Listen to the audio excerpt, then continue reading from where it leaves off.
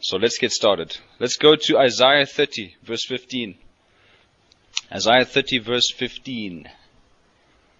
For thus says the Lord God. Isaiah 30, verse 15. Remember, we're talking faith, eh? And today I want to touch on something called faith's intention.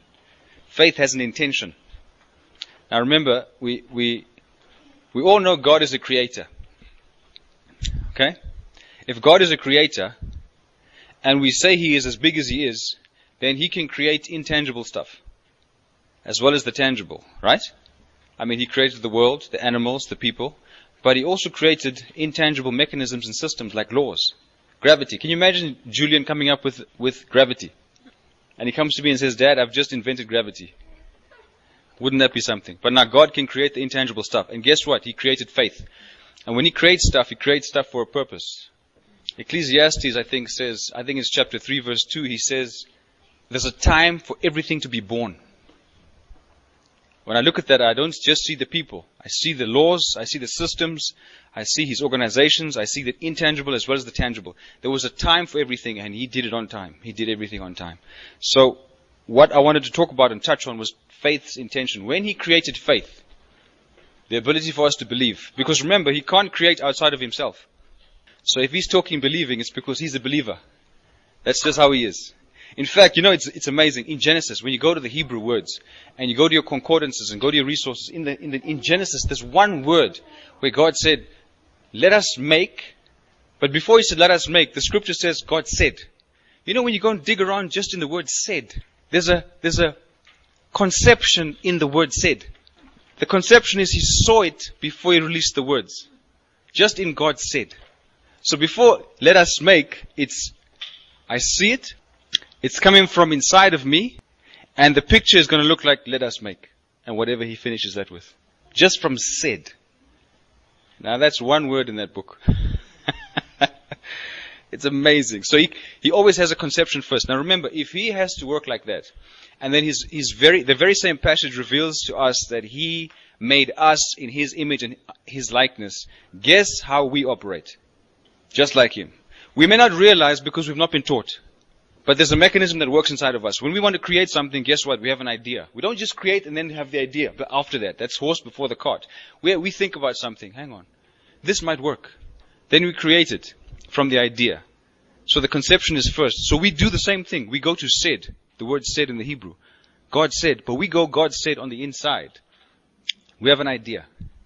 Now we're in His image and likeness, right? So if He does that, God said, and he conceives the picture first in His imagination, then He proceeds to put the resource to it from within Him. Because the bricks and the pavement and the cement is not on the outside. It's from inside Him. And then He puts this thing together, and here I show up. Man, let's make man. Here I show up. He saw me before I showed up. That's how we work. I was having a conversation the other day with someone, and they said to me, I was talking about meditation. And the young fellow said to me, I don't meditate. I said, you don't meditate? Then you'd be dead. He said, no, I don't meditate. I said, then you're dead. He says, what do you mean? I said, everybody meditates. They don't know it. They don't call it meditation. They don't have these definitions given to them to say, this, what you're doing right now is meditation. Meditation, let me tell you what meditation is. If you think about anything long enough to produce feelings and emotions, you're meditating. Now think about this. God meditates. If you look at the Hebrew language, the amount of meditative language in the Hebrew language is outstanding. That whole book of Genesis is meditation, producing pictures and producing substance. Now, here we come along and say we don't meditate. We do meditate. But let me ask you something. What's the purpose of meditation?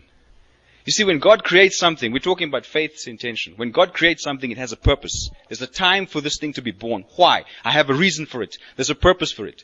Isaiah 46:10 says this, I first declare the end before the beginning.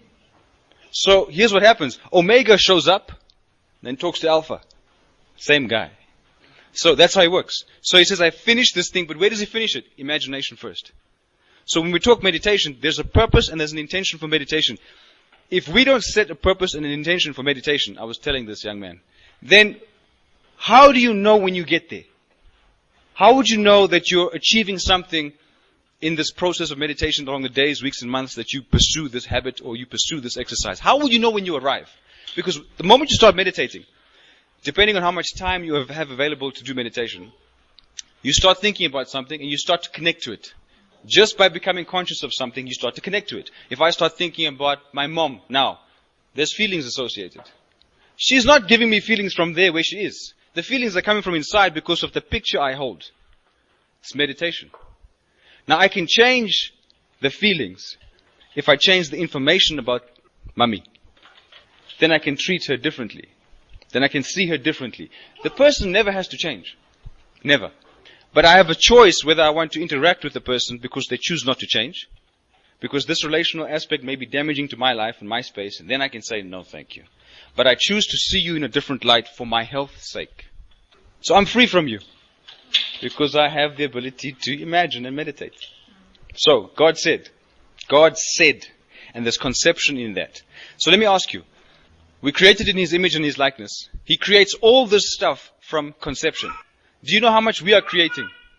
How much we create from conception? Think about the things that happen in daily life. Think about the things that are going on in the world. Think about where we put our thoughts, where we put our meditative mechanisms. Think about the feelings we stir up. Here John comes along and says, listen, unless your soul is prospering, your life won't prosper. But what are we meditating on? Because if the initial creator used that mechanism of meditation to create everything we see, and we are made in His image and His likeness, we know He's handed this thing over to us, then surely we understand we did this. I'm talking about the current situation of the world, from government to the politics to religion to churches, crazy churches out there, to wherever. We did this. But where did it start? A guy didn't wake up one morning and decide, I'm going to do this thing, it's going to happen today. No. Do you know there's collective meditation? Have you heard of collective meditation? The Spirit of God just told me that recently. There's collective meditation. Do you know collective consciousness can determine the state of a nation? Do you realize how powerful we are? But our arch enemy doesn't want us to know that we have any capacity to change anything, so he makes us feel overpowered, makes us feel small, and then what feelings do we have and what do we produce? He understands the mechanisms because he was there from the beginning. So he understands if this collective people gets bad news about the state of this, the condition of that, and they start to meditate it, they will conceive from there. And when they conceive from there, I got this covered. And God said, you are in my image and my likeness. You cannot change it. You can use it. We can't change gravity, but if we're dumb enough to go outside and jump off the roof and go, I don't believe in gravity, God will look at you like He looked at Adam. What are you doing? Where are you going? Conception. God said. He saw it. You know, in that passage in Genesis, He says everything He made was good. Do you think His feelings were negative when He said everything He saw was good? So you see feelings, don't you? You see emotions. Everything I make is good. Why? That's how He felt when He released from conception.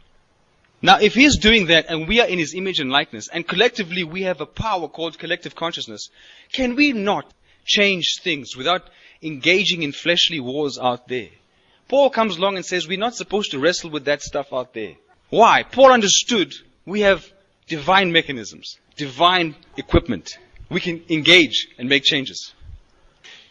God said. He saw it, He felt it, and He spoke. So this young man said, I don't meditate. I said, then you're dead. I said, what do you think about most of the time? He says, my job, this situation, that situation. I said, how do you feel? I said, I feel terrible. I said, and then you take that energy and you interact with your friends, your family, your children, and the people around you, and guess how much they enjoy you when you come around. But they're not honest enough to say it to you. I'll tell you, you come to me with that energy, please don't come back to my place. Because I'm protecting me. So I can look at him differently just by changing. You know what?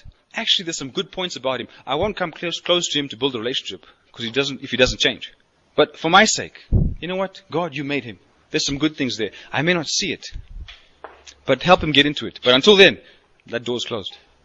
Because our arch enemy doesn't want us to understand the type of weapons we have. Somebody said, was it Paul? I'm being very sarcastic. I know this book. Our weapons are not carnal. But look how he finishes that point. They're not carnal, but they're small. But they're mighty. You look at that and go, we're not supposed to engage in this war between people. I'm not looking to get in an argument with you to change your mind so I can get my result. I'm going about that the wrong way. I'm going to leave because God might just send me somewhere else where things are working and I can just flow with it. So I need to stop manipulating you as my source. But depending on how I see you, that's going to determine what I do, right? So, our arch enemy doesn't want us to know we have mighty weapons. So stop engaging with this fleshly battle and trying to change and manipulate people and push people around to get what you want, and realize maybe you're fighting the wrong war, and where you're trying to get 2 loaves of bread, God says, leave that, come this way, there's a bakery waiting for you. Because he's big, he's always big. He's bigger than what we think. But depending on how much we've invested in this thing here, and how we see this situation, not realizing the carnality behind this approach, we might pursue this thing till our death. And then we blame God and say this, where were you when that was happening? And He's like, you know what, I gave this thing over to you. And what else did I give over to you? Your equipment. Your divine equipment. There is divine intelligence operating in you. Now, listen to this verse. All this introduction for this one verse. Isaiah 30, verse 15. I'm going to read the New King James Version. For thus says the Lord God, the Holy One of Israel, in returning and rest, you shall be saved. In returning and rest. I don't see warfare the way people see warfare. He says, in returning and rest, you shall be saved. And that word saved is so big. It's protection, prosperity, provision. It's all the stuff people are looking for. Because God's a provider. He knows every need. And He says, listen, I got all the stuff for you. But in returning, synonymous with New Testament repentance. Okay? In returning and rest, ye shall experience this salvation. Rest. Not panic, not anxiety, not trying to control the situation because I think I know better than the divine property working in me. I might know better than God, so let me do this thing my way. Then we step into maintenance. That's heavy. Let me read on. Listen to this. This one's going to shock you. In quietness and confidence shall be your strength. There is a passage somewhere in the Gospels, right? When talking about John the Baptist. I think it's in Matthew 11. It's said like this in the scriptures. The kingdom of heaven has been suffering violence, and the violent take it by force. And that thing has been exalted to truth. It has been exalted to say we're supposed to be violent to take this kingdom. The original language is amazing. It's the opposite of that. And here's the basis of it. What Matthew was doing there by the Spirit of God was indicting that thinking. Because in that day, guess who was in charge? The Romans, not the Jews. So he comes along and says, listen, buddy, this thing of violent taking kingdoms is not the way of God. He says, why don't you pay attention to what Isaiah is saying over here? In quietness and confidence shall be your strength. We looked at faith, believing, and trust as synonyms, right? Same things. Faith, believing, and trust. We said believing happens on the inside in the heart. Faith is the expression from what you believe. Let me give you an example. Cam says to me, there's cake on the table. If I believe on the inside, what would be my outward action if I want the cake? I would move towards the cake. That motion is faith. Faith is movement based on what you believe on the inside. Okay? This word confidence in this passage. In quietness and confidence shall be your strength. That word confidence in the original Hebrew is the word trust. Trust, faith, and believing are synonyms. He's literally saying, in quietness and believing shall be your strength. This thing of attacking situations in a violent, emotional state or dealing with things with more vigor is not what God's talking about. He says the mechanisms of the heart. Can you flex your heart muscles where you're sitting? Can you make them go louder and softer? No. It's a delicate, tender organ. But we're not talking about the blood pump. Let's define this thing. In the Bible, Jesus talked about believing in the heart. Yes? Romans 10. He says, if you believe in your heart, confess with your mouth, you are saved. Many people think that the heart and the spirit are the same thing. They're not. The heart and the spirit are not the same thing. And the reason they think it's the same thing, especially in Christian circles, is because Ezekiel, when he prophesied about the new spirit, he also prophesied in the very same passage about a new heart. So they thought, must be the same thing. Let me tell you something about a master communicator. He does not need to use different words to describe the same thing. When he's talking definitions, he doesn't need to do that. So if he says heart, he means one thing. If he says spirit, he means something else. Otherwise, he would have used the word spirit twice in that passage in Ezekiel. Now, what is the heart? Do you remember when in Mark chapter 4, there's a parable about the sower and the seed. And the same parable is in Luke. Mark and Luke have, if you put those two together, you get a massive picture of that parable. Okay? And listen to this. When Jesus introduces that parable, do you remember what he said? If you don't understand this one parable, you will not understand anything else. So this parable is key. And I found the definition of the heart in this parable. In that parable, the soil that the sower is sowing into. In Luke, he says that soil is the heart. And he says the seed he's sowing is the word of God. And then he says the guy scattering the seed is the Son of Man. When you look at the soil, do you think in that parable, we know about farming. We've planted plants. We've seen farms on TV. We know a little bit about planting. When you plant a seed in the ground, is the ground dead? Some people will tell you the ground is dead. How can the ground be dead and this seed take root in a dead entity? Otherwise, I could plant that thing in a chair or a table. That soil is not dead. That's why God says in the Old Testament, give your land rest. How do you give a dead thing rest? An inanimate object doesn't need rest. It's rested dead. D-E-D. Dead, dead, dead. Okay, this is South African translation. D-E-D.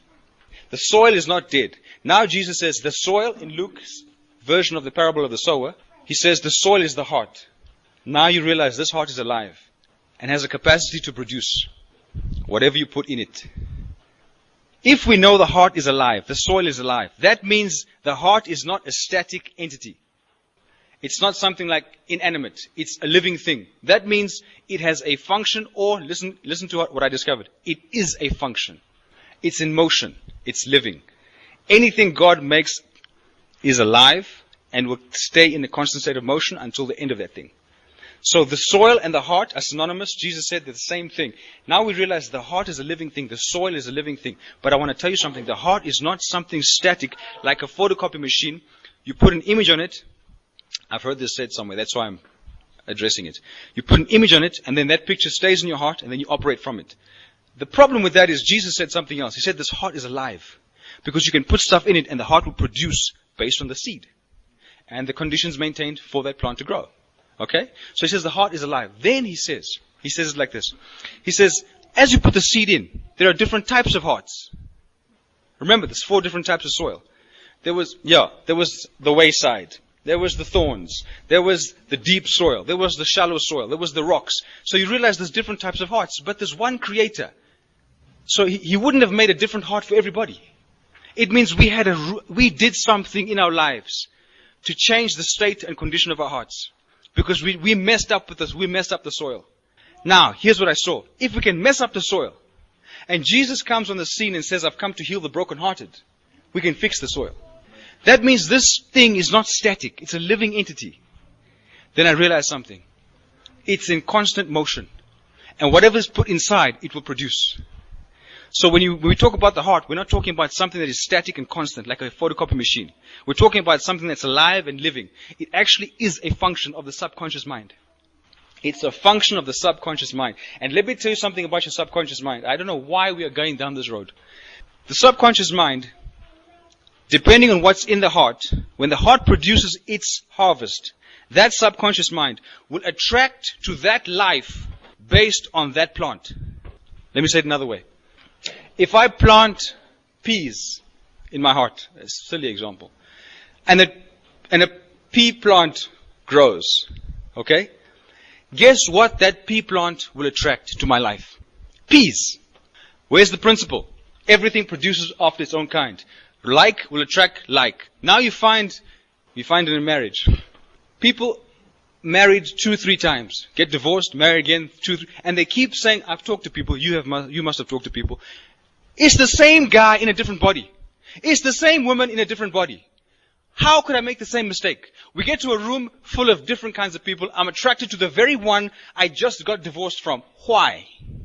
Because my heart produced the pea plant from my seed, and it attracts peas.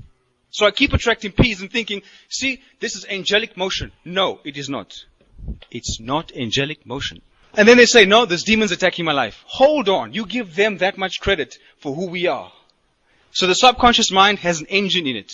That engine is called the heart. When Jesus talked about the parable, he said, what you sow will produce for your life. Then he said this, because the next question from the disciples would have been, how do we protect what we're sowing? And he reveals it in the same passage. He says, watch what you hear and watch how you hear. Now we'll put that on the shelf and come back to the pea plant. What about people who attract? Let me give you an example, okay? I was working on a project a few years ago with somebody, and every time this person would get into a business deal, the business deal, I was just an observer because I was learning the processes, the products, and the services. I was just an observer, and I watched this chap. He would get into the business deal, and it looked like something that would profit everybody around the table. And somewhere along the line, this thing would turn south, and the clientele would walk away. And I would think, yeah, if it happens once, it could be anything. Happens twice, I start thinking, hey. Happens 3 times and 4 times, I'm like, there's a problem here.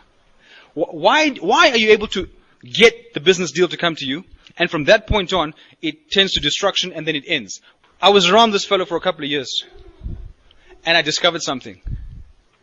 The way he saw himself was so small, he couldn't envision or accept into his garden that success was okay.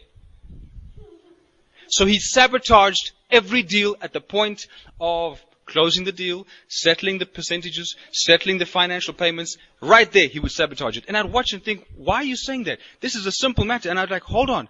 And he would react because he didn't understand. I was not attacking him. I was questioning what was happening in the process because it was going to affect everybody's profit. And I'm on the same table. I want my profit. I'm not shy to say, I want my money, my house, my car. I want all of it. Because when I came here, guess who sent me to come take back my stuff? But the way you feel about yourself, if you feel small. Now let me define small. Do you remember Psalm 23 verse 1? Workshop number 1. I shall not lack. Then we had all the synonyms. Inadequacy, shame, guilt, feeling small, feeling needy, feeling lonely, feeling desperate. All these synonyms of lack. And Jesus says to David, you shall not lack. Now, we just talked about connecting to something by becoming conscious of it. Now, if you can connect to something by becoming conscious of it, you can disconnect from something by becoming conscious of something else. So you don't need to have that entity removed from you. You can yourself turn and put your consciousness somewhere else. Now, the very habit of connecting to that negative thing in the first place established a plant in you. The very same process will work to establish a new plant in you. But remember something, we are driven by emotion and feeling. We think we are so big on faith. I'm not moved by feelings, I'm moved by faith. Yeah, and my name is Joshua. Listen, folks, at the end of the day, your feelings are very strong. And if they keep pushing, there's a passage in the Bible, Matthew uses it once in a while. She says, water breaks the bone. Or is it water breaks the rock? It's something like that. Water breaks the bone or water breaks the rock. You listen to that and go, it doesn't make sense. But when you realize, if these feelings keep pushing you, no matter how soft they are or how subtle they are, it will eventually move you. Now, what you have to find out is, what is the point of departure? Where are the feelings emanating from? Because that point is a plant in the garden that needs to come out. Every plant in your garden produces fruit. In human terms, feelings and emotions. So this person felt very small, unworthy of success. So they self-sabotaged their business deals. And then I said to them, perhaps you get the business deal, and from point B, I take over. Because I would like to make some money here. And he couldn't handle it because here's the next thing. You feel small, you feel threatened. Here's what I wanted to say on this thing of feeling small. Feeling small has to do with something called shame. Feeling small has something to do with something called shame. Shame and guilt are not the same thing, but they have the same root system. Okay? The same root system. Guilt is about your actions not being in line with what you believe. Then you have a dashboard light. This is what you did now. You just shouted at Prince. He's a friend of yours. You don't want to talk to him like that. You want to build a healthy relationship. I just shouted at him. I said to him, I don't like his pen. Now, I'm feeling guilty. I shouldn't have done that. Dashboard light in my conscious space. You maybe should apologize. Maybe should apologize. I go and say, listen, Prince, I'm sorry. I didn't mean it. I had a fight with my wife. I'm not feeling so great, so I took it out on you. Prince says, you're forgiven. Guilt light off, because the problem was dealt with. Not guilt light is on. I'm going to go drink and inject myself to numb the light. Let me say it again. When the guilt light comes on, your system is designed by a master. You have to accept it. When you accept that one, a number of things just fall into place. Do you know how many people I've spoken to? And after my conversation with them, they didn't go to the doctor. Now, I got nothing wrong. There's nothing wrong with doctors. But when they're motivated by a pharmaceutical industry, just bent on gain, even at the cost of someone's life, I wouldn't advise that to be the first option every time. But it's there. So let's use it. So I'd speak to people, 5-10 minutes. You know what? We don't need a doctor. They'd say, I spoke to you for 5 minutes. I feel so calm. I'm like, now, do you feel any pain? No. So your anxiety is messing with your system. Who were you designed by? Who designed you? Not Joe Soap. Jehovah designed you. Now, when he put you together, here's the words that came out of his mouth in your definition. My image, my likeness. So surely something must work. Sarcasm, forgive me. So now I think to myself, okay, all right, I have a master has designed me. It's a master system. So anything that gets in my space, conscious space, emotional space, physical space, if I am calm and relaxed, my lights go on. This is not okay. This behavior from this person is not okay. This deal, something smells fishy. Because I'm just calm and at peace. I have this oneness gospel talking to me. I'm one with Jesus. I don't need to panic. I'm not in need. I'm not desperate. I'm not in lack. I'm not in want. And from this place of peace, I can go, you know what? I can notice so many things here. But when a person is in stress and in lack, feeling shame, feeling guilt, and they're trying to numb the pain, not deal with the problem, they go to a place of what? Desensitizing themselves from what's really going on. Then, when a storm is coming, they'll ask this question. Is the wind blowing? There's a tsunami heading your way, and you're asking me if the wind is blowing. Turn around, Popo, and look there. Because they're desensitized. Because the stress has brought them to a place where everything is intense and tense and stressed out. So your system, your master system, designed by the master architect, is doing what it's supposed to. It's protecting itself. If it protects itself and you go to the doctor and he says, no, we have a pill for this condition, tell him, my system is doing the right thing for this environment. It wasn't designed by you. The one who designed this one designed yours. Now what do? We pop 2 pills because the system is doing what it was programmed to do. Protect this man. Protect this woman. No. This state doesn't feel healthy. I feel tense and stressed out. I need to pop whatever I pop to calm down. And God's like, your system is protecting you. That tenseness is the light on the dashboard telling you, get out of that environment, stop that behavior. This toxicity is trying to kill you and damage you. Leave that thing. Emotionally, physically, spiritually, make a move out. What do? I'm going to go deeper, pop more pills to numb the pain. What happens? Now we have new diseases coming on the market, and they go, the devil has increased his anointing. Hebrews 2:14, Satan has been destroyed. It never changed. Always remember, we are glorified. What does it mean to be glorified? Those who he justified, those who he predestined, those who he called, he glorified. I am a glorified man. What does it mean? It means I've been Jesused. I've been Godded. The process I went through, called salvation, Jesused me. It Christed me. It Godded me. How else can he say in Psalm 82, ye are gods? Because I made you, I created you in my image and my likeness. I'm going to read that again. Isaiah 30, verse 15.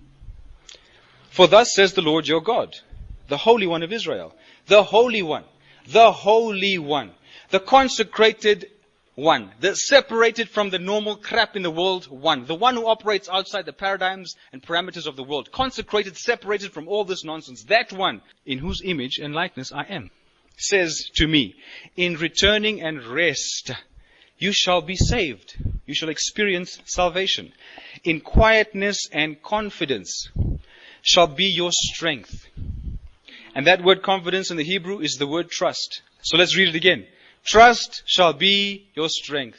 In quietness and trust shall be your strength. In trust shall be your strength. Trust in what? Remember something. We started off talking about whatever God creates has an intention, has a purpose. He himself is a truster. God is a truster. Guess who God trusts?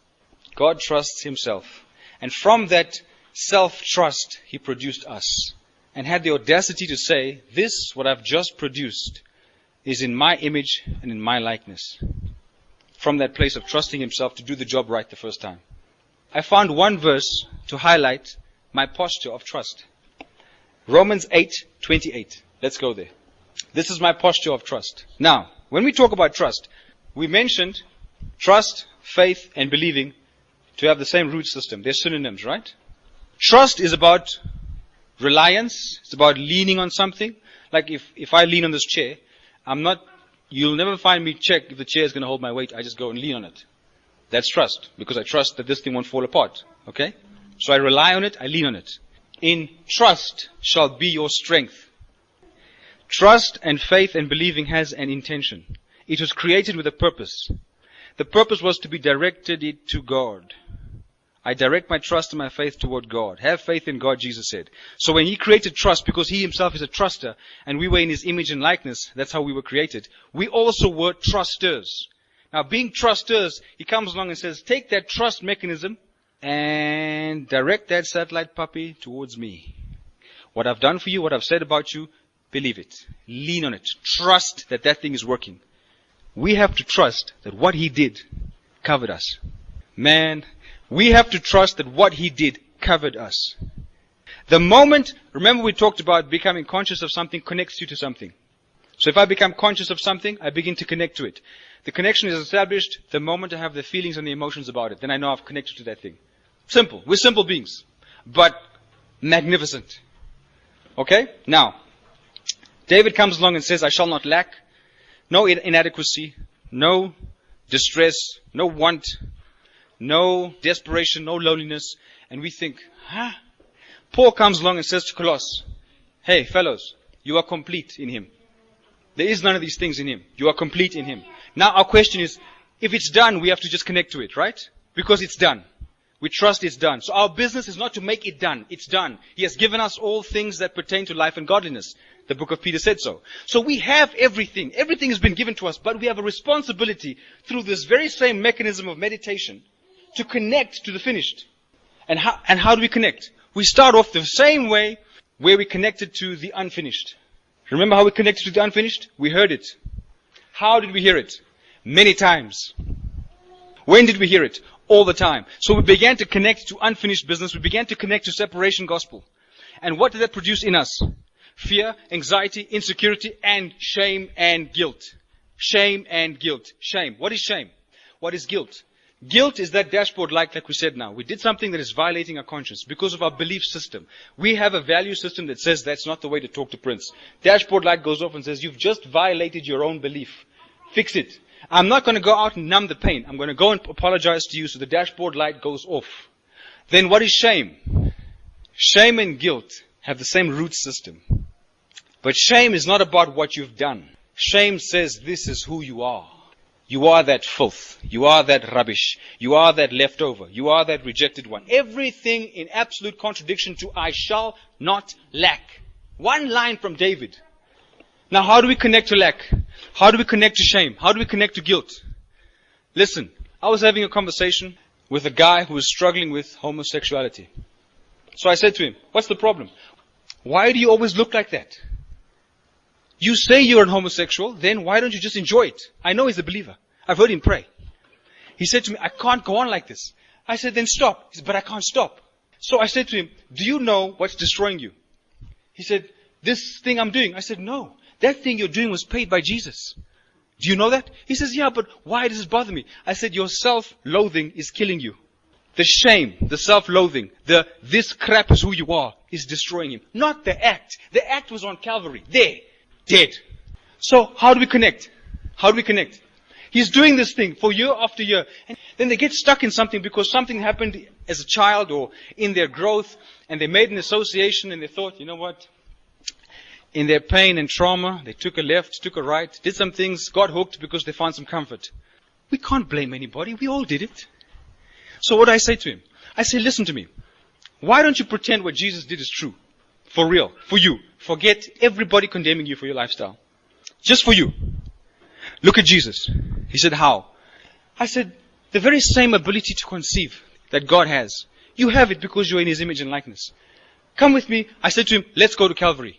And he laughed. I said, do you think I'm joking? I said, let's go to Calvary. He said, what are you talking about, Suk? I said, did the Bible not say that it was done before the foundation of the world? Yes. But it only happened how many thousand years later? So God dwells there, outside of time, at Calvary. Let's go to Calvary. How? Let's take our imagination and go to the cross. He gets on his knees because it penetrated his heart. Something happened to him. He said, I see it. I said, where do we go now? I said, do you see Jesus on the cross? He said, yes. I said, do you see Jesus on the cross? He said, yes. I said, do you see that price was greater than your act? He says, I see it. I said, now take the guilt. Don't give him the sin. He dealt with the sin. Take the guilt. Take the shame. Release it. Because that price covered that also. The man wept and wept and wept. I haven't seen him since. But I know what's going on. The healing began that day. Before the foundation of the world, Calvary was instituted in the heart and mind of God. If I am in God, in Him I live, move, and being, I can connect to everything in Him. Why can't I just accept that I have that right? So we went to Calvary, released it. I've done this with a few people, and do you know, shortly afterwards, that thing was dealt with. It's not the act that is messing us up. Jesus dealt with the act. It's the guilt and the shame that has a power to destroy you. If I say to someone, keep doing whatever you're doing, but make sure you don't receive the guilt and the shame, you will not be able to continue, because the very strength of that continuation is in the guilt and shame. So if you don't receive the guilt and shame, you separate from the power of that action. How will you pursue it? With what impetus? And when you connect to Him like that, do you know He, in His awesomeness, you will experience something called agape. And when you experience that acceptance and that agape, you will never be the same. You'll never be the same. I have come to heal the brokenhearted. I have come to heal the brokenhearted. Every broken heart reaches out for comfort in something in this world. When we look at people struggling with addictions and things, and we judge them, we are the biggest fools on the earth. I don't want to be a fool. I want to extend some love. And I want to extend it in context of the purpose of love. The purpose of love is to connect them to Calvary, to set them free. When they're free, they don't need you anymore. People can't handle that. If we go and take this message, simple gospel of what Jesus Christ did, there are places I have tried to talk, and they told me to shut up. Because they realize they're going to lose control of the people. If my people connect to Calvary, He can actually direct them where He wants them. They lose control over those people. I'm not here to control you. I'm here to bring bread. Break the bread, eat. Break the bread, eat. So when you leave here, you have something more in you to face what you have to face. Not with me by your side, but with the one you connected with. And in that place of freedom, do you know your relationships heal? You stop draining people. You stop becoming a parasite on people. You stop lack, inadequacy, desperation, loneliness. Connecting to that. In trust shall be your strength. In trust shall be your strength. In trust shall be your strength. Romans 8:28. This is what I call our internal posture of trust. Let me give you a hint to confessions, people. Let me give you a little hint to confessions. If you're forcing confessions, you take long. If you talk from just accepting it, you break barriers. Romans 8:28. I know that God causes everything to work together for the good of those who love God. Now, before we elaborate on that, Romans 9:25. Don't turn there, but listen to me carefully. This phrase here in Romans 8:28 that says, we know that all things work together for the good of those who love God. That phrase there, who love God, is not translated accurately. The same phrase is used in Romans 9. So I can think these translators were smoking something. The same phrase is used in Romans 9:25. It says this, those who are not my people, I will call my people. And them who were not beloved, I will call beloved. The phrase is translated in this verse accurately as beloved. Now go back to Romans 8:28. It says, we know that all things work together for good for the beloved. Who is the beloved? Every one of us who has accepted Jesus. So if we know that all things work together for our good, God causes. Who is the initiator in that equation? God causes all things to work together for our good. Who is initiating the good? God. Now, if He's initiating the good, and I have a plan that I'm following, am I not interfering? If my plan is not from Him, to harmonize with what He's doing? Here's my point. There are times where we think we have to push something. We don't know there is a push taking place already. But when we become conscious of it, we can connect to it. When you connect to the fact that He's causing right now all things to work for good for my sake, because I'm the beloved, guess what happens to my internal stress meter?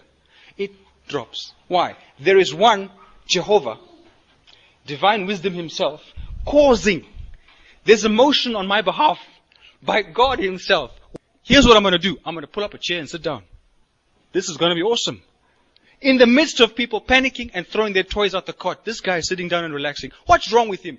Maybe he's connected to this truth that there is one causing. It's a motion word. It's a verb. It's not a noun. It's a motion word. And I think if God is causing the motion, it's not going to be a small ripple across the ocean. But I think if I get involved and start interfering with my plan because I don't see it happening in the time frame I have assigned Him, then I could delay things. And then say, God, you didn't respond to my prayer in 1942. He'll say to you, your answer came the very next day you decided to make your own plan.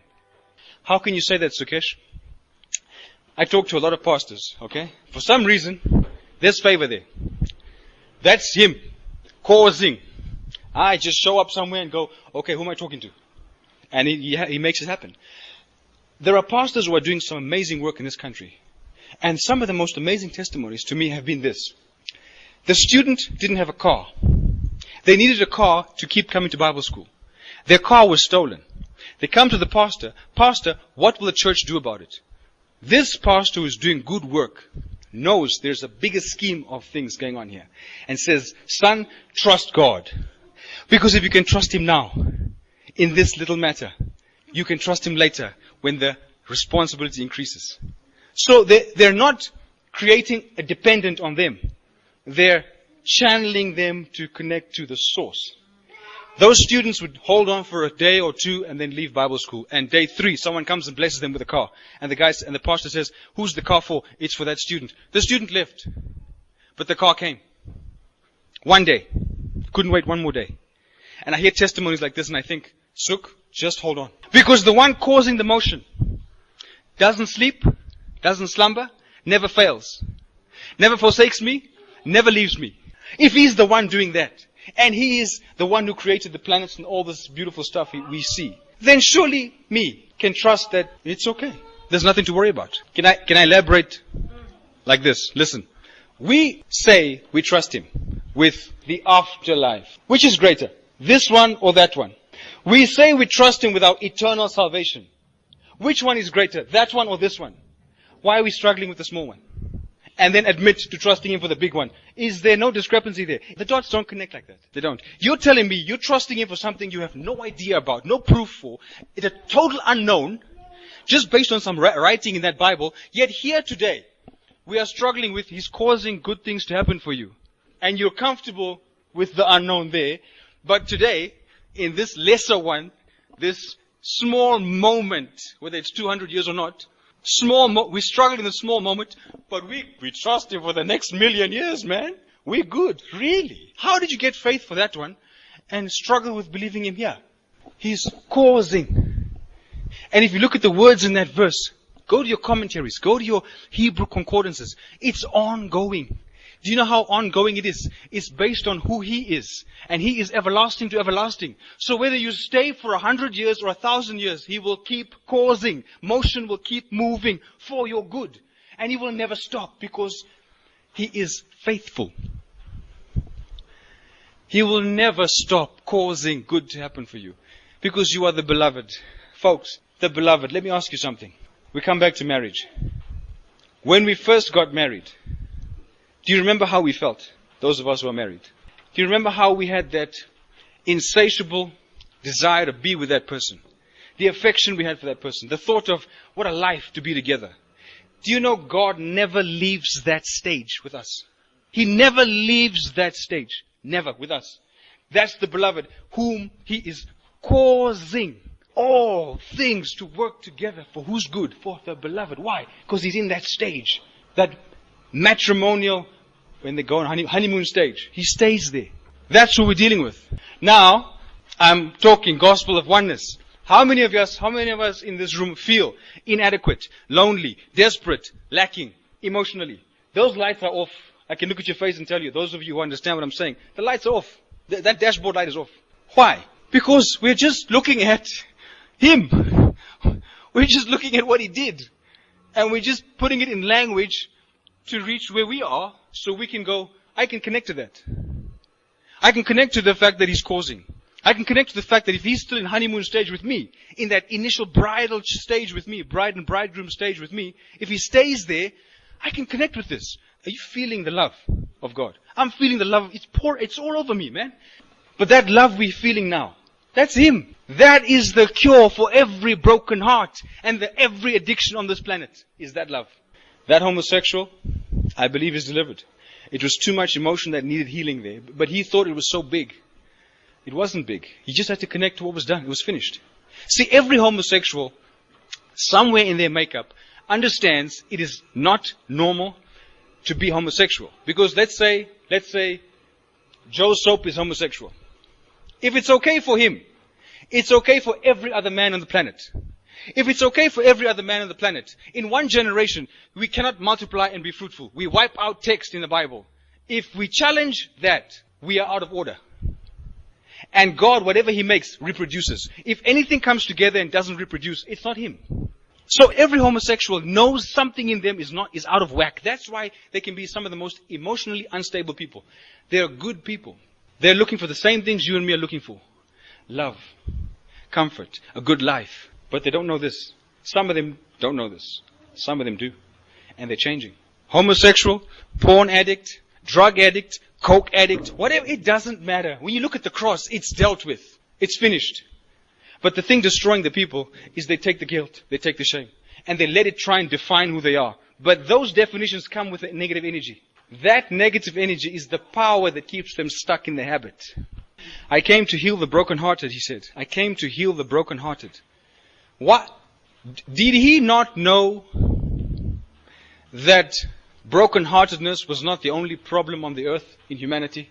Did he not know that brokenheartedness was not the only problem in humanity? Or did he know, because he is the master, that that is the root of every brokenness?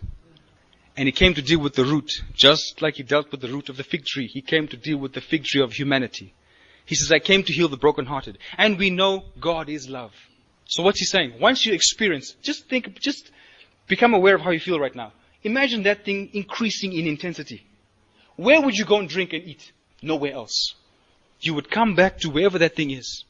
That's where we all found our healing. There is no other place. There is no other new covenant place for healing outside of connecting with the love of God. We know that everything is working together because He is still in that initial honeymoon stage with us. I've spoken to a lot of pastors, a lot of leaders. They're beating their wives, molesting their children. They're stealing money. Some of them have assassinated other believers who didn't agree with their denominations. They look like a bunch of murderers and rapists. I'm talking about pastors. In this last year, the amount of adultery that has happened, that has come past my table with the pastors I know, sleeping with congregation members because of the condition of their... You see, they attribute that behavior to the condition of the wife. I attribute it to the broken heart in him. So he may say, but she's younger and more beautiful. I say, your heart is aching for something fresher. Not from your wife. From your relationship with the one who's still in the bridegroom space with you. You need to connect to that one. And you won't bother even making demands on your wife. You won't. How many husbands, let's talk, how many husbands can go to their wife and say, sweetheart, let's engage in this marital relations whenever you feel comfortable to. Simple. But the hell it'll bring in marriage, based on today's paradigm, will cause divorce across the board. Every hunger that isn't satisfied in Him, you will look to feed somewhere else. Now, if you connect to love, you will feel the emotions of love. We are connecting to love right now. Together here in this agreement. We're connecting with love. That's why we're experiencing what we're experiencing. But do you know we can connect to lack? We can connect to emptiness. We can connect to shame. We can connect to guilt. And when we connect to those things like loneliness will justify any corrupt behavior. When you start feeling those negative emotions, I've seen it over the years. I'm not a critic. Listen to me carefully. I'm not a critic. I said to my wife many times, I have this awesome seat I have this awesome seat called the seat of the observer. I'm not a critic. I'm not here to judge anybody because I wouldn't want to be judged. I'm not a critic. I have this awesome seat, and it's tattooed on the back of the chair, seat of the observer, and my name is on there. And the one who's causing all things to work causes me to sit in that seat in many situations that other folks won't get to. So I get to learn and see what's going on. Every hunger not met in Him will be met in something else on this world. So let me ask you something. When people are trying to close down the drug addicts, when people are trying to close down the pornography stations, the movies that are causing, maybe showing violence, or every corrupt thing that people are trying to stop, do you think that is the way to stop the addict's heart? We've got this thing the wrong way around. That's why nothing is working in terms of the world and its systems. You need to heal the heart. Heal the heart, He won't go and feed there. Then you don't have to try and stop the stations. You don't have to go and close down the pawn shop, the drug addict, because they'll have no business. And they themselves will start looking to feed where these guys are feeding, so they can meet that need in them. Folks, when Jesus comes on the scene and says, I came to heal the brokenhearted, He wasn't filling up pages in the book because He didn't know what else to say. He revealed humanity's most tragic hurt is the broken heart. That is the root of every corrupt behavior, every greed, every lust, every negative emotion, every addict, every need being satisfied in the wrong place, every problem the root is found in the broken heart. Let me tell you, there's a proverb that says, to the hungry, every bitter thing is sweet. To the hungry, every bitter thing is sweet. Now we want to condemn the hungry, not feed him, condemn him for his behavior. How do you go to a hungry man and say, stop stealing bread? There's a proverb, okay? And we know the proverbs came from the wisest man, right? Solomon, who was God's man at that time. He says this, Lord, don't let me get poor so I steal. He says to God, by God's own voice, Jehovah, if you let me get poor, you are permitting me to steal. Now we come along with our judgment and criticisms. How dare you steal? Oh, hold on. Do you know what's going on there? We're so quick to judge. So quick. And many times we do it as a reaction because we don't want to be first judged. So we judge first. We protect ourselves. My ego needs to be protected, man. Look at the size of this thing. It's heavy. The day we go past pointing fingers at one another, I'm saying this the other way around, will reveal to me the day we've connected to love Himself. If someone points fingers at me, I know they lack in them. I know the lack. I know the name of the lack. I know the name of the addiction. When someone condemns me and points fingers at me, I know where they are. But when someone comes along, another brother who's failing and falling and tripping and says, I can help you. Let me show you the way. Then this person is experiencing the connection of love to do that. But he's raising up healers in this hour. And the reason we're dealing with this right now and deviated from my notes a little bit is because there are healers in here who don't know they are healers. Everyone sitting here is a healer. The job of the healer is not to heal. The job of the healer is to reveal the healing. Calvary. Take them to Calvary. Tell them to stop receiving the guilt and the shame. That trash is not from God. He will never shame anyone. How can He say, 2 Corinthians 5 from verse 17, He says, I don't even count sin against the unbeliever. Where against my children? Don't receive the guilt and the shame. Never. No matter how bad you mess up. Have the audacity, because of the price paid for you, to do this. It's taken care of. I'm moving on. And see, as you do that, how much you diffuse the very strength of the draw into that addiction or into that behavior that you know may be messing you up or messing up another relationship or may not be the best thing from God for you. But don't ever receive the guilt and the shame. Never. Don't ever receive it. It's not from God. No matter what you're doing. Let me tell you something. God forgave Hitler. That's how I used to do this when I was growing up. I would remember, if you can forgive that rat for that thing, you can forgive me for this one.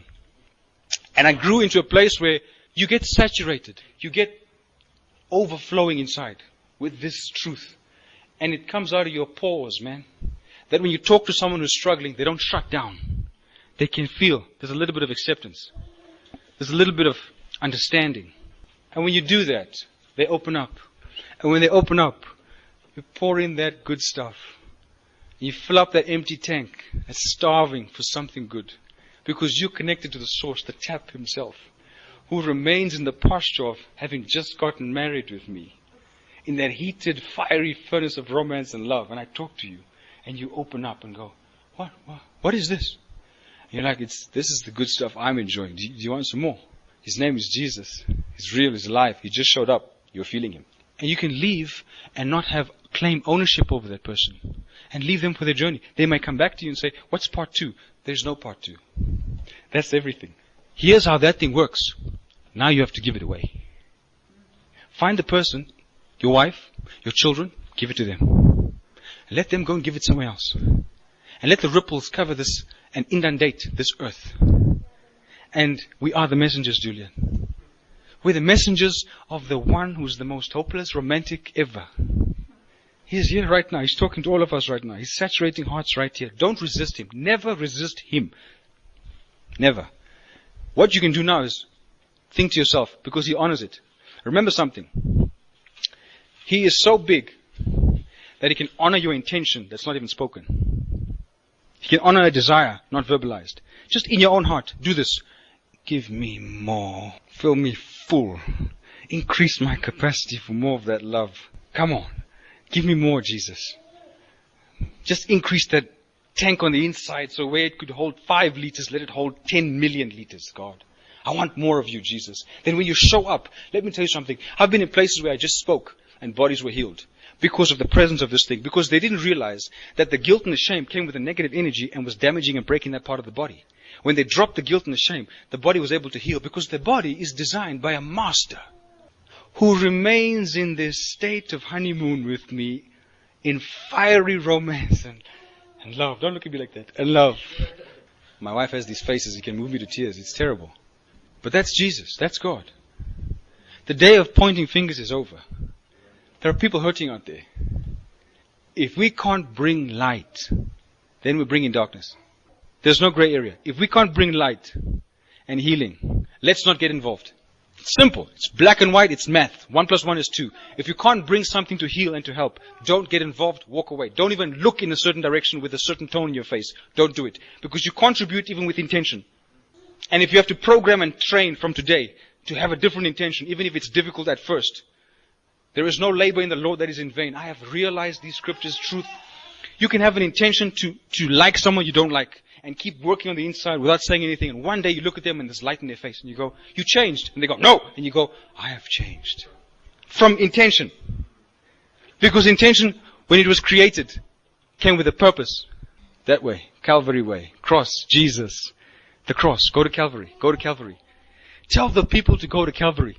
Like we did now today. Tell them to go to Calvary. Show them the scripture. From the foundation of the world, He was crucified. Jehovah is still there today, Cam. We can just close our eyes. And by the power of His ability to imagine, given to us freely because we're in His likeness and His image, we can go anywhere. Now we go to Calvary and say, what do I need to get rid of? And get rid of it.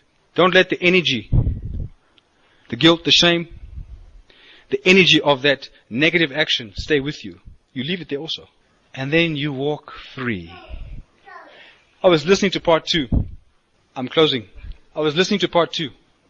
I think it was part 2. And there was a prophecy there about, the Lord spoke to us and said, I'll close now. The Lord said to us and said, these new breed is coming out of the desert, dressed in pinstripe suits.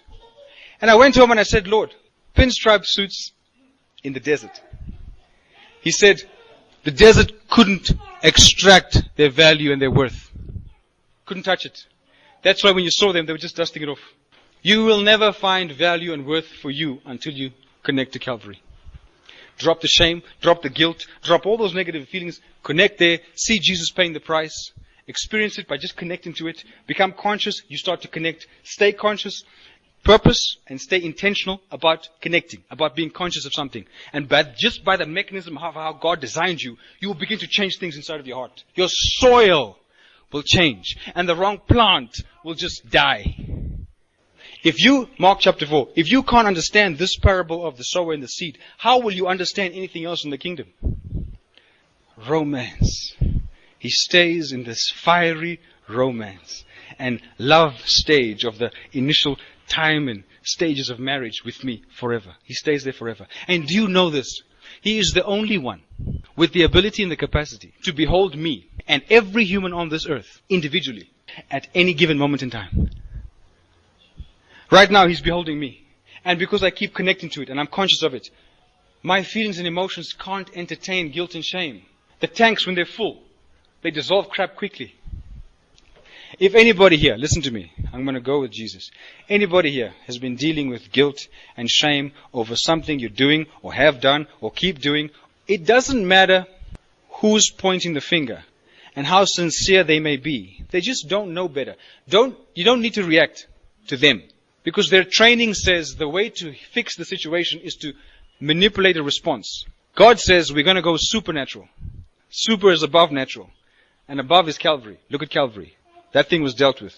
Don't receive the energy. I call it energy, but it's emotion. Guilt is an emotion. Shame is an emotion. But they come with definitions. And the moment you entertain the definition, you start to connect with the definition. You start to feel what? Disempowered, inadequate, lack and want. And when you feel those things, you start going down the wrong road. It's not the devil. He's just manipulating the way we were wired by suggestions. And sometimes by well-meaning people. I've had good people who mean well give me wrong information, and it made me feel guilty. And I thought, if my dada never makes me feel guilty and is always beholding me as the apple of his eye, and this person who I love and care for is making me feel guilty, their sincerity is misplaced. Oh, is that what he's doing? How can we help? There's no gray area. How can we help is the intention, or how can we hurt is the intention. There's no gray area. And we have to start making adjustments on the inside. But you can't make adjustments on the inside unless you start to connect with fullness and wholeness. Like Paul told the Colossian church, you are complete in him. Like David said, I shall not lack or be inadequate or feel desperate or lonely. You can make the adjustment right now in this environment. You know what? From today, if I can't make the adjustment towards healing, I won't even get involved. Then at least you don't contribute to the harm of somebody. You don't get involved and in agreement with the devil trying to destroy that person. Because you don't know how long Satan's been trying to destroy that person, and you come along with the new self-righteous finger because you have some information and your dopamine in your mind has gone to a higher level, so you feel it's like anointing, and then you criticize them, and then they go, is that what Jesus is doing to me today? Some people will never see a Bible. Some people will never connect with Jesus, but they'll see you. And when they see you, make it good. When they see you, make it good. And remember something. You can't do that for someone else. If you point the finger at the fellow in the mirror, make it good for you. Look in the mirror and say, do you know I had a dream? I told my wife. She laughed. I had a dream. I was in some officiating office, officiating position, busy with, parliamentary stuff. I felt very important. So I felt like, man, the Lord has chosen me. I'm the anointed one. I felt like that. So my ego was being stroked. And in the dream, this official walks by in slow motion and says, and calls me by a Muslim name. I won't say it. Calls me by a Muslim name twice, 3 times. So I wake up and I remember the name. I Google it. It meant handsome. I was so happy that day. From my ego being stroked in the dream to waking up from a lady saying, hey, handsome, 3 times. Handsome, handsome. I thought, dear Jesus, man, can't anybody be loved so much?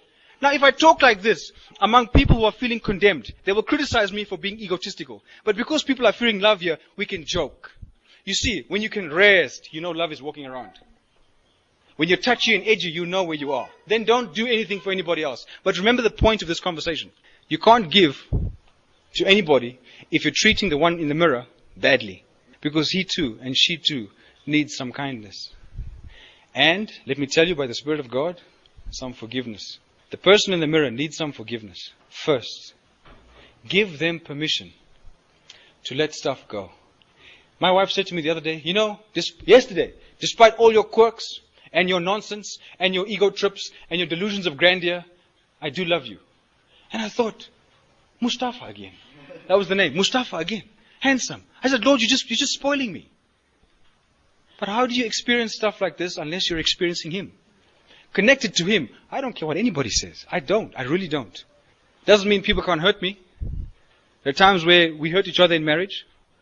Friends hurt you. You process it, let it go. Don't hold an offense. I don't want to get sick. But I'm going to be kind to me. Let me give you some advice as I close. For the 3rd time I'm closing. Don't hurt you. Don't hurt you. Because how you treat you will overflow into how you treat everybody else. And the first place where you can stop today, make the decision today, from stopping hurting you, is refuse to accept shame and guilt. Refuse it. Point blank. See it as poison. Regardless of what you are doing. Because what you are doing was paid for. In trust, you shall have strength. In trust, you shall be strong. Now, our trust is what? It's taken care of. You have to lean on that thing. You have to lean on that thing all the way. The most honoring thing we can do for Jehovah is believe what Jesus did for us. Let yourself off the hook. Relax. You will start to see healing just naturally emerge in your relationships, because the way we were wired is for relationship. We have mechanisms of relationship that just naturally emerge when we take out the poison. I talk to my wife a lot sometimes not, as she'll tell you. I was by the pond one day. My body was doing funny things. And I said, Lord, you know I believe Jesus became sickness, so I'm going to keep confessing. He said to me, shh. I said, if I be quiet, who's going to keep talking for the healing? He said, shh. So it took like 10 minutes, 15 minutes but what about the warfare? I'm going to deal with this thing. He said, shh. And then this is what happened. Okay, I just kept quiet. And I could feel the chaos inside. That's what I was responding from and reacting from. But I went to confession to justify the craziness. You know, I'm a man of God. This is what I do. This is how we do warfare. And God's like, shh, settle down, settle down. Let me tell you what happened. As I settled down and felt this wave of negative emotion just wash over me, oh God, I just cried. And every symptom left me. And I thought, what was I doing with the confession? He said, you just have to settle down in what has been done. Where are you going with that confession? And I thought, dear Jesus, what am I teaching? Am I allowed to do this? All I'm saying is, we have to lean on what He's done. And He really did it. And remember the analogy we gave earlier. We say we trust Him for the big one, the afterlife, the million years, the unending life. We have great faith for that one. And this little one, this lesser one, this drop in the ocean, I'm trying to close, but I'm feeling this prompting to go, keep going, until I don't know how many it gets in. So, okay, you're forgiven by the perfect one. Now forgive yourself by the imperfect one. Jesus became sin for every human being. The murderer, the molester, the rapist, all the wickedness you can think of. Jesus has paid the price for all of them. Even if you're doing that, you have been forgiven. It's clean. The slate is clean. But your self-loathing is destroying you. Because self-loathing is an emotional state of shame and guilt. And in that state, there is no let your soul prosper so you can prosper. It is the opposite of what is happening to you now. Now you are fighting to prosper, wherever it is, with this negative energy of death. We were not created to chase energy. We were created to be fueled by energy. When we are fueled by love, fueled by light, there is an automatic motion in the direction.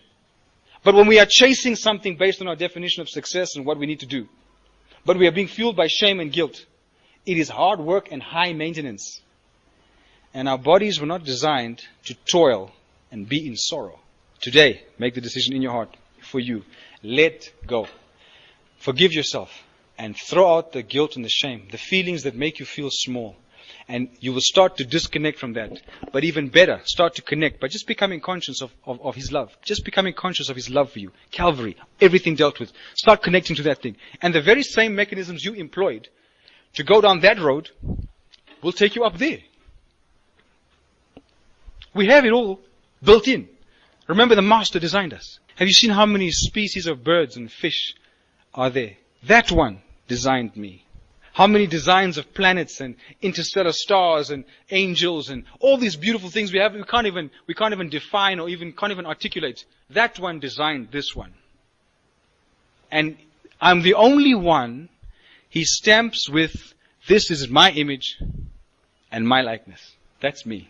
If you ever feel me standing here as presenting from a platform of perfection, you know I'm a fool. Let's settle it. I got my own issues to deal with. But connecting to Him, man, those issues are not as big as they used to be. They're like drowning in the love and the waves and the circles and the mercies and the graces and the kindnesses and the love and the presence of the Holy One. Don't ever assume somebody standing here presents from this platform of perfection because we've arrived. My God, don't ever do that. We're all on the same ground. Unless the guy is levitating 6 feet over where you are, then you can entertain that notion. Amen. Now, make decisions from this healed place and see how life turns by default. But I would rather be drunk in this for another couple of hours than go back out there and face whoever.